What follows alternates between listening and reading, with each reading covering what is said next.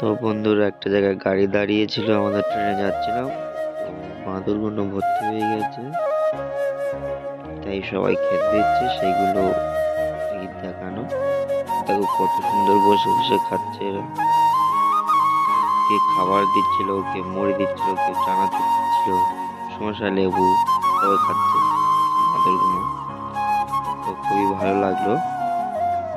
তো বন্ধুরা, যদি ভালো লাগে তো কমেন্টে বলবে।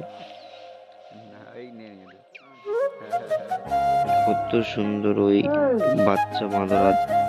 তো বন্ধুরা, সব দেখতে পাচ্ছ, ওই একটা বাচ্চা বাঁদর তোর মার সাথে ঘুরছে। অনেক লোক খেতে দিচ্ছিল মুড়ি, আবার একজন দিল ওই